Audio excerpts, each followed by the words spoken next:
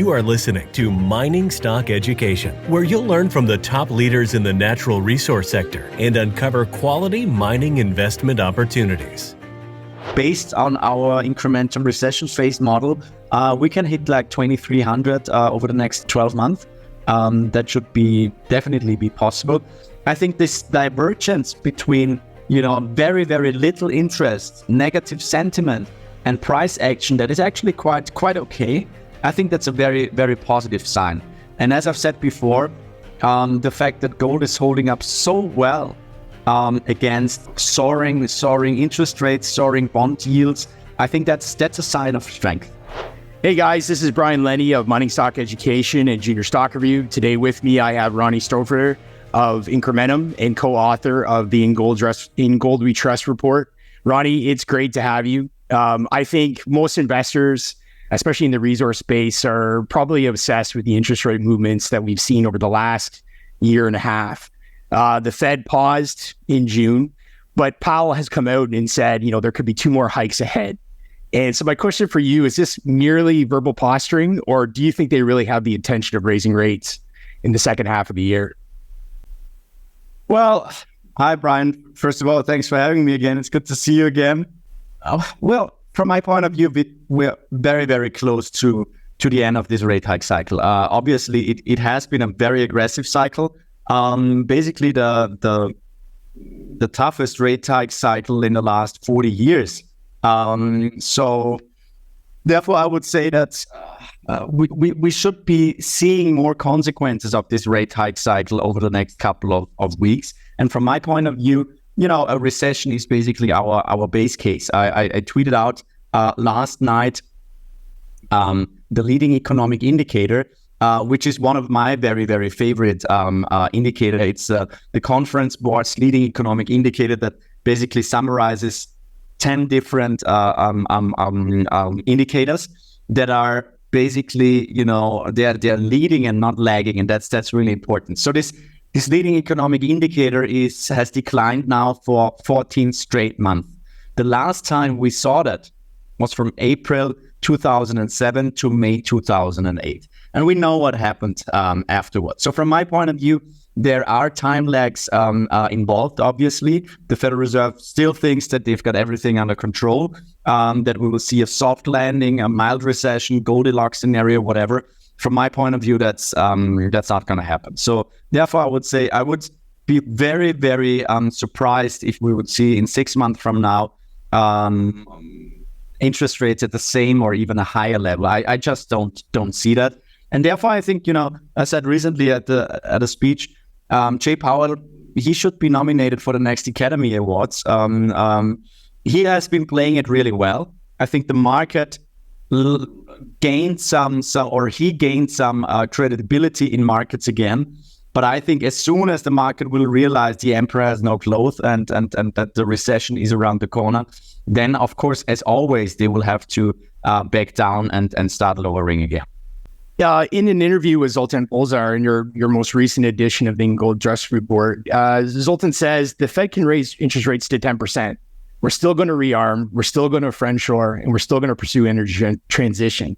This quote was in relation to war and the potentially positive effects that it could have. But my question for you is, or where is that breaking point between rising interest rates to quell inflation and government spending? It's hard to really mention one or forecast one breaking point, but I think we're getting closer and closer. I think the main reason why, or let's say 2 main reasons why we aren't in a recession yet. First of all, because we're seeing an enormous amount of fiscal stimulus. The US is basically at full employment at the moment, and the government is running 7 or 8% budget deficit. So what's the budget deficit going to be like if we hit the recession? It's going to be double digits. So we called this monetary climate change in 2021 when we said, well, actually, we should focus less on what central bankers are doing and focus more on what fiscal policy is doing. And I think that 2020, the COVID crisis, was really the game changer for that. So fiscal policy probably is the main reason why we aren't in a recession yet. And the second reason probably is, I'm heading over to the US in 2 weeks. But over here in Europe, wherever you go to, the restaurants are full. People spend money. People, enjoy, going to the theaters, to the restaurants, going out. And I would say it can also be interpreted as a sign for, kind of a loss of confidence in the future purchasing power of money. People say, well, actually, inflation is so high. I just spend the money. I go on vacation. I buy stuff that I actually don't really need. Why should I, put my money on or leave my money on a savings account? Risks in equity markets are too high for me. I don't like Bitcoin. Gold is too boring. Real estate is too expensive. So I would say that this kind of spending behavior is kind of a sign, perhaps a little bit similar to, the Roaring '20s and those times before major inflation phases that actually say, well, very, very high time preference. I want to spend the money now because the future purchasing power of money will be falling, and that's not a good sign, obviously. So I think those are the two reasons why we're not in a recession yet. But from my point of view, having a look at the yield curve, having a look at, as I mentioned, the leading economic indicator, having a look at the labor market, I think it's pretty clear that we are moving more and more into the direction of a recession. So if I understand you correctly, it's the public's perception that the value of their money is going to lose its value, and therefore they're going out and spending money before they can buy less. Exactly. Is that essentially what von Mises was talking about with the crack up boom scenario, where the people's perception is kind of like that leading, not indicator, but factor that propels us higher in pricing?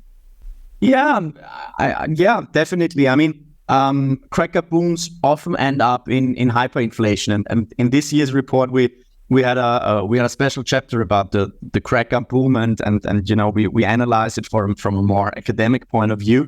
Perhaps it's like early innings of a crack up boom that we're experiencing, and we always know how it ends. And one lesson from history, obviously, that is really worthy of consideration is that gold was always an excellent protection against such phases and the devaluation of the currency.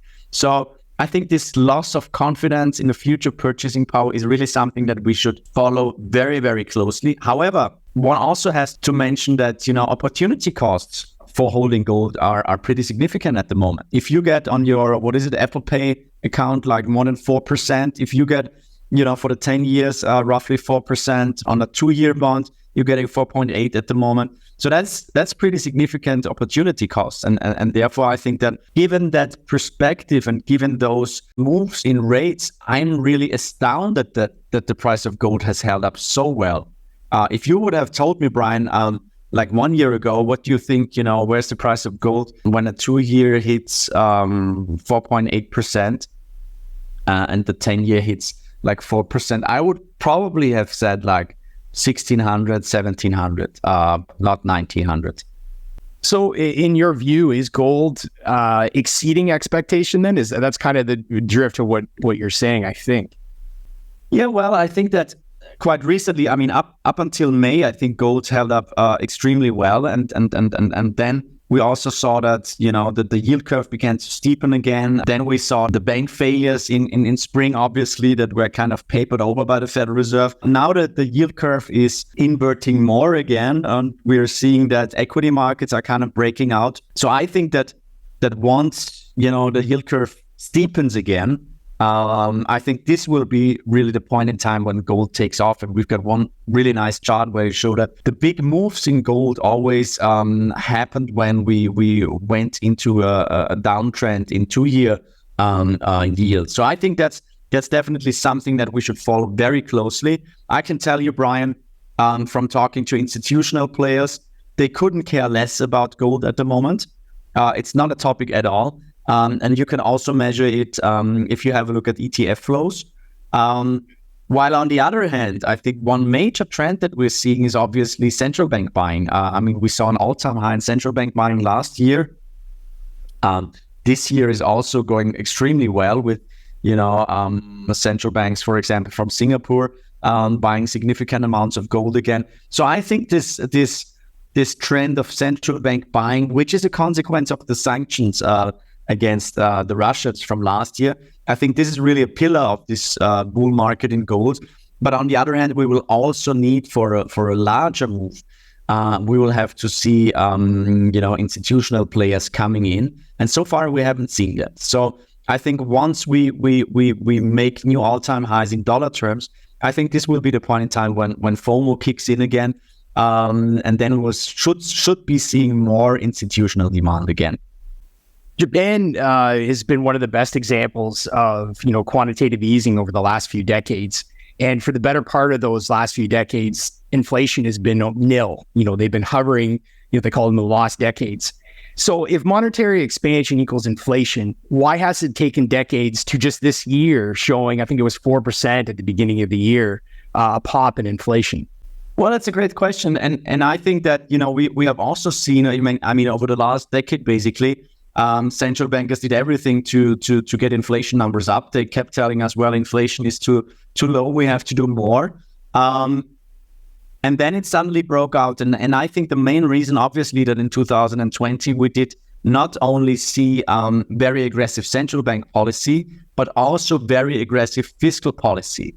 And we saw over the last couple of, episodes of quantitative easing that it actually, it is an asset swap and it kind of stimulates the economy, but with a pretty big time lag. So primarily, I think quantitative easing stimulated asset price inflation, but not consumer price inflation.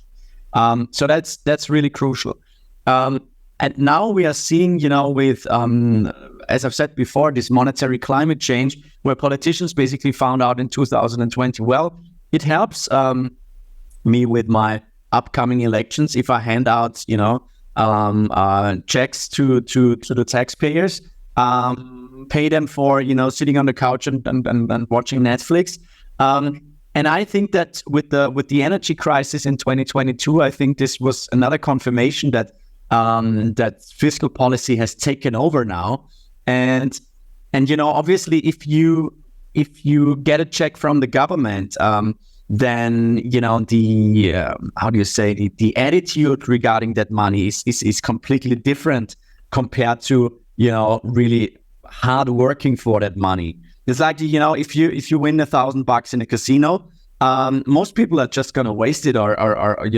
But coming back to Japan, I think if you have a look at the price of gold measured in Japanese yen terms, this is just one. It's basically a piece of art. It's beautiful uptrend.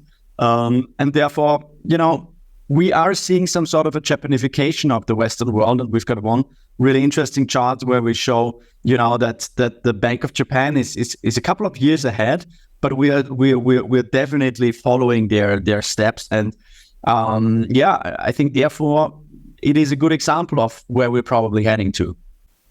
But Rick Rule has a great quote that he often cites. He said, "I've seen the enemy and it is us." And I think kind of what you were describing sort of fits that, the fiscal policy to match what people are asking for to get into office. It seems to ring true. And it's a quite interesting part in history where we are, considering all the debt that's out there, yet people still want the handout. They still want to be, held by the hand forward. And it'll be interesting to see how that develops moving forward. You referred to gold consumption in 2022. You have a great chart on the gold consumption, and it's straight up to the right. And if you look at who's buying the gold, it's dominated by the East, or maybe the BRIC nations is a better way to put it. In your review, is this consumption the prelude to the much talked about, BRICS gold-backed currency? I would be a little bit cautious when it comes to that. I mean, we've got the BRIC summit coming up, I think end of August in Johannesburg. A new currency will be a topic, but I mean, we researched it and there's no real information about that. We will have on our Twitter channel, we will have some sort of a live coverage from the BRICS summit. I think it's going to be very, very interesting. But I think if we take a step back, Brian, I think it's pretty clear what's going on, and we described this showdown that we're seeing, this geopolitical showdown and the associated de-dollarization that is going on. It is something that we're writing about for 7 years already, and I think now definitely this de-dollarization is becoming more and more of a mainstream topic. And we're seeing that BRICS nations and also SCO, Shanghai Cooperation Organization, they are becoming much more self-confident. And this self-confidence is obviously, it's a logical consequence of their increasing economic importance. So, for example, measured in purchasing power parity, the BRICS countries have a higher aggregate GDP than the G7 countries since 2021. We also see that, they were responsible for the majority of the growth in the last 20 years. So 76% of global GDP growth in the last 2 decades was coming from emerging markets. We know that they've got 87% of the global population, and their demographics are much more favorable, with the exception of Japan, of China. We know that, now they are responsible for 44% of global GDP, up from less than 20% in the year 2000. And they own 76% of global foreign exchange reserves. So I think we in the Western world should become less arrogant and just, see what's going on in those countries. Go there, talk to people in Shanghai, in Dubai, in Mumbai, and especially when it comes to gold, I think it's super interesting. We've got a special chapter on the gold flows, where we say, well, actually, Shanghai, Dubai, and Mumbai are probably becoming more important as gold hubs than Zurich, London, and New York. And I think people tend to forget the numbers. Actually, the size of the gold flows into emerging markets is just staggering. For China alone, it was they imported since the year 2000 730 tons of gold every year on average. China and India in the last 20 years, they bought 35,000 tons of gold. Indian households at the moment, that's just an estimate, they hold more gold than the 27 largest central banks holding gold. So what I want to emphasize is, those countries, they've got a very, very high affinity for gold. Gold is in their nature, in their culture. They've got less opportunities of diversifying into other asset classes. So for them, buying gold as an investment is just, one of the few choices. So I think that's clearly a very important major secular trend. If we will see a BRICS currency soon that is gold-backed, I've got my doubts, to be honest. I think this whole de-dollarization topic is a long process. I think we have to differentiate between trade currencies and reserve currencies. It's very, very important. I don't see that any other currency will be taking over, the pole position as the world reserve currency from the US dollar very soon. But when it comes to the trade currency, I think we're seeing lots of bilateral agreements. And I think, the symbolic character of, the events that have taken place recently, I think that's really important. For example, we described, the last visit of President Biden in Saudi Arabia. They had this fist bump, and it was a kind of a, not really a very, it didn't really seem like a very, how do you say, something where both companies really enjoyed each other a lot. Well, if you compare it to the visit of President Xi Jinping in Saudi Arabia, first of all, it was really huge, so they invested quite a lot of money, and then it was very, it seemed very intimate, and all those reports coming out afterwards, it basically confirmed that they're talking really about a new paradigm, about a new era, and I think China and China basically supporting the peace negotiations between Saudi Arabia and Iran. That's from a diplomatic point of view. That's really a big achievement. So, it's quite a lot going on. But as I've said, it's a process. It's going to take years, if not decades. But I think it's definitely something that will remain a very, very central topic. In relation to the gold price, how big of a factor does the petro-Yuan's convertibility into gold mean in the future? Again, the importance of Asian markets is growing every day. The sophistication of the trading, the settlement, all the infrastructure is really staggering. So if you have a look at the Shanghai Gold Exchange, for example, which is trading only physically backed futures contracts. If you have a look at the volumes traded there, it is becoming more and more significant.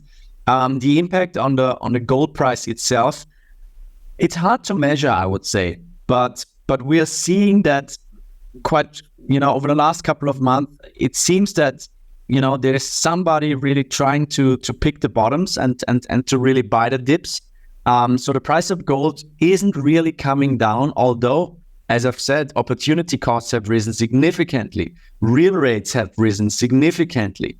And as we emphasize in our work, the absolute level of real interest rates, but even more importantly, the direction and the momentum of real interest rates are probably the most important drivers for the price of gold.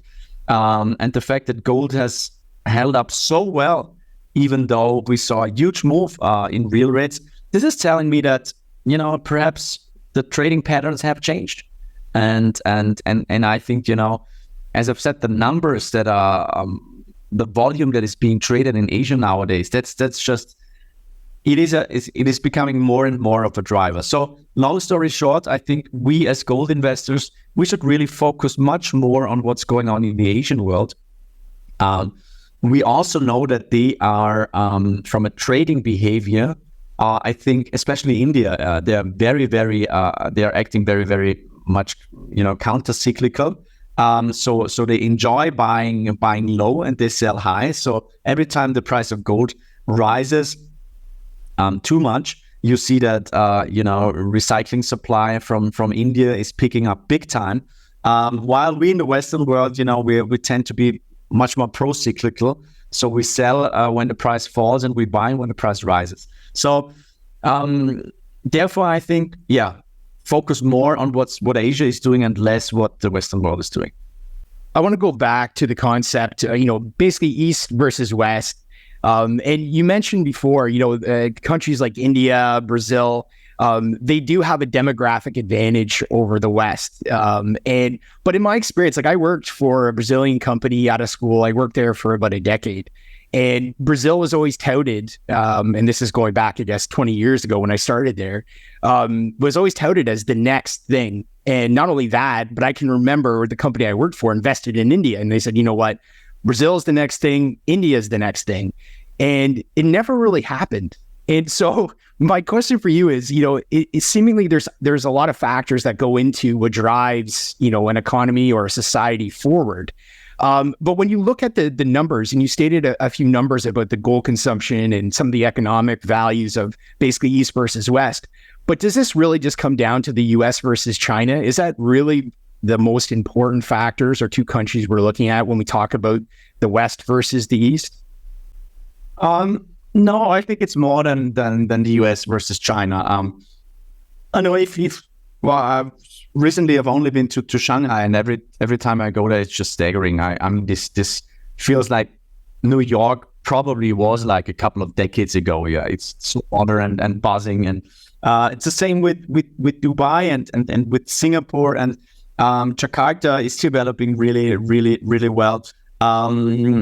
I haven't been to Saudi Arabia so far, but what friends are telling me is it's really staggering how this country is opening up. So I see your point, and I think that obviously emerging markets always suffer from the strength of the US dollar, basically. So they suffer from the tightening So their debt are getting more expensive. Then they also suffer from the strength in the US dollar, where the large parts of the debt are based in, and therefore, emerging markets often suffer much more from rate hike cycles and those boom and bust cycles.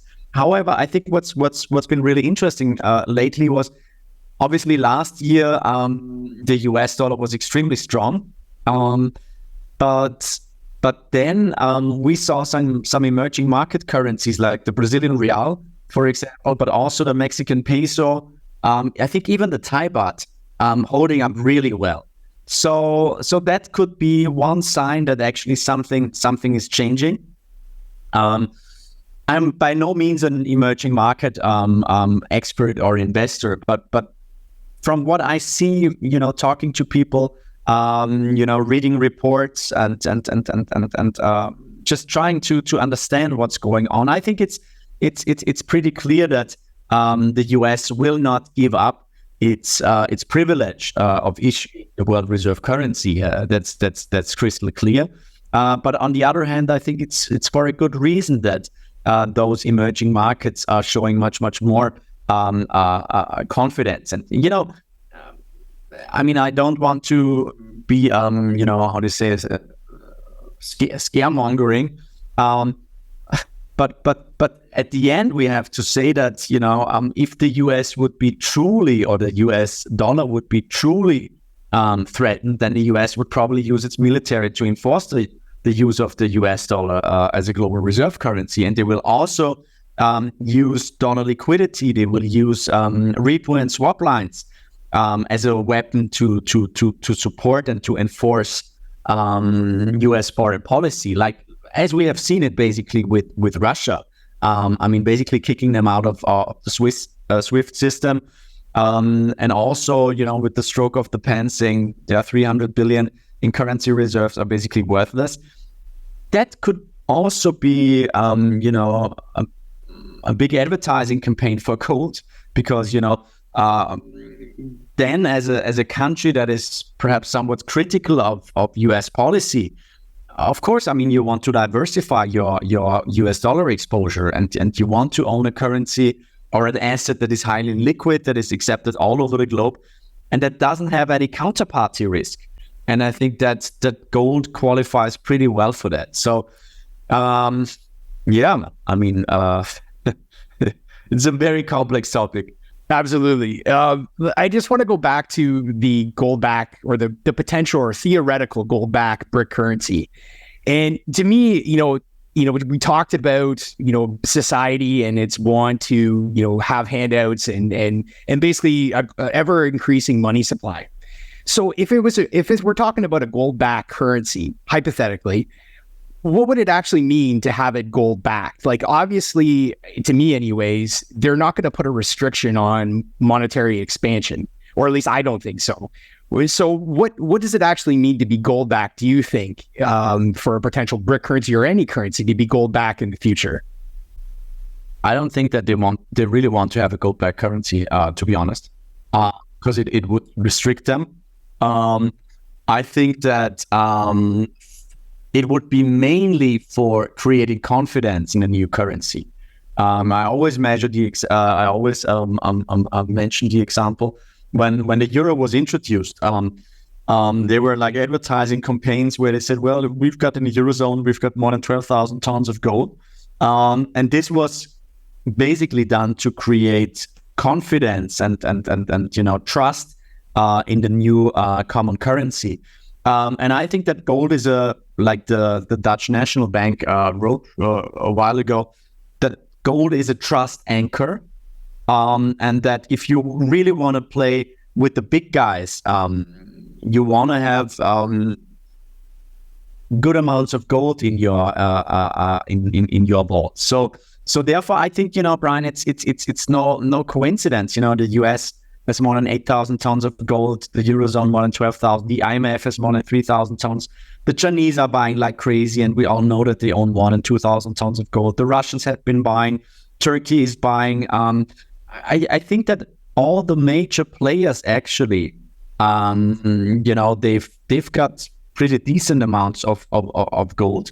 And I think, if the BRICS now want to establish some sort of new currency, I think they will use gold as this kind of trust anchor to create confidence in this new currency, but they don't want to have 100% gold-backed currency. I just don't see that. Every developed nation is either developed or is in the process of developing a central bank digital currency. With the advent of crypto over the last couple of years, Bitcoin has been all over the place. It seems like we're definitely headed towards digital money.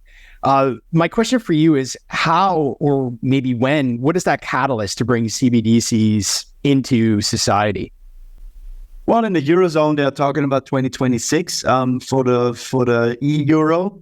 And if you have a look at, the Bank for International Settlements, the studies that they publish, but also the Federal Reserve and most other important central banks, I think it's crystal clear that CBDCs are the way to go. My main point regarding CBDC is that actually, you can do it, but then the banking system will have to completely change. And we know that, lobbyists in the banking industry are quite powerful. So I'm not sure if they really want to take over the job of money creation, if they want to take it up from commercial banks. If yes, then our traditional commercial banking system and the way how money is created will fundamentally change. Period. I think the trend is clear. We all know that it's got nothing to do with the idea of Bitcoin, which is decentralized, where there's not one bureaucrat saying, well, this is the right interest rate, this is the right money supply. However, I think it's kind of riding this momentum of everything that is digital and has blockchain in its description is kind of cool. But if you really, understand it, then it's exactly the opposite of what Satoshi Nakamoto had in mind. In your report, you mentioned that a US CBDC would be a threat to the US dollar system that we currently have. And I was just confused about what that threat would be. Like, why wouldn't the US implement a CBDC? Like, how would that impact the current US dollar system? Oh, okay. I think that's what Sultan said in the interview. If I got this right. As I've mentioned, I think what's JP Morgan and Citi and Wells Fargo gonna do if the Federal Reserve will be responsible for money creation. Of course, there's still asset management and perhaps some other services, but it would be a fundamental change of the banking industry as we know it. And of course, that's fine. I don't really think that we need banks as we know it anymore. But as I've said, if you have a look at the very close ties between politics and banking, if you have a look at the number of jobs that would be lost, that's pretty significant. So I'm not 100% sure in which direction it will go. But obviously, if we would see the Federal Reserve being able to basically give out loans and every citizens to have his Fed account, George Orwell would be quite proud or quite frightened probably. And that's we definitely shouldn't rule it out. That's what we're seeing in China already. I cannot rule it out, but we'll see. But I think, it's, if you really want to dig into this topic, and we wanted to do a chapter in this year's In Gold We Trust report, but there's just so much going on, then just have a look at the web pages of the central banks. They're pretty open about that. I think they know that most people couldn't care less about it, and they just don't read what they're publishing. But there's quite a lot of material already there. Obviously, it will primarily be used, or the reason behind it, of course, to avoid, tax evasion and terrorist financing and stuff like that. I'm not 100% sure if this really the main reason, but it's definitely gonna go into that direction. To end our conversation, I think most of the listeners want to hear where you think the gold price is going to end up by the end of the year. Are we going to be higher than today's level, which I think is around 1920, or lower? What do you think? I think in the next 12 months, we should see new all-time highs. So my kind of base case would be that in Q3 and then especially Q4, I think we'll realize that we'll head into a recession. Now, what's normally going to happen over the course of a recession? Well, usually when the recession is announced, the worst is already over. I think from having a close look at the yield curve, which is a very, very reliable recession indicator. It's screaming recession. Once the steepening starts, I think we will get much closer to the recession. Then I already mentioned the leading economic indicator. I think the labor market is doing worse. So from my point of view, a recession will become the main topic in the second half of the year. Gold tends to do really well over the course of a recession. We crunched the numbers actually in this year's report and said, well, every recession has different phases. Now, how does gold work during each of those phases? What about mining stocks? What about silver? What about the S&P 500? And I think it's pretty interesting that like in the middle stage of a recession, that's probably the stage where everybody's really panicking. So the middle until the end of the recession, this will really be the point in time when its reflation is happening. This is the point when central bankers start panicking, when fiscal policy really kicks in, and this is the time to really start loading up on silver, on commodities, on mining stocks, and so on. While gold works really well in the earlier stages of a recession. But on average, since 1971, gold was up 10.6% over the whole recession on average, which is a quite decent performance. So I think one of the key takeaways is if a recession hits, and this is our main case, then gold should do really well. This also means that, prior to that, I think that silver and commodities will face some headwinds. And we're already seeing that, just have a look at the gold-silver ratio. If you look at commodities, for example, precious metals are doing okay-ish, but then base metals that are more sensitive to the economic cycle are clearly underperforming. Energy is not doing so well. On the other hand, agricultural commodities that are less sensitive are doing really well. So I think those, this kind of intermarket analysis is already suggesting that we're moving into recessionary environment. And therefore, I think that, based on our incremental recession phase model, we can hit like 2,300 over the next 12 months. That should definitely be possible. And this will be the point in time, Brian, when I think if we hit new all-time highs, then many institutional players will actually, walk away from the sidelines just watching gold and start buying. And I think this will be the point in time when this FOMO kicks in. At the moment, as I've said at the beginning, people couldn't care less about gold. And, if you have a look at the gold price, we're not too far away from all-time highs. If you have a look at gold measured in some other currencies, like the Japanese yen, for example, it is basically trading at new all-time highs. So I think this divergence between, very, very little interest, negative sentiment, and price action that is actually quite okay. I think that's a very, very positive sign.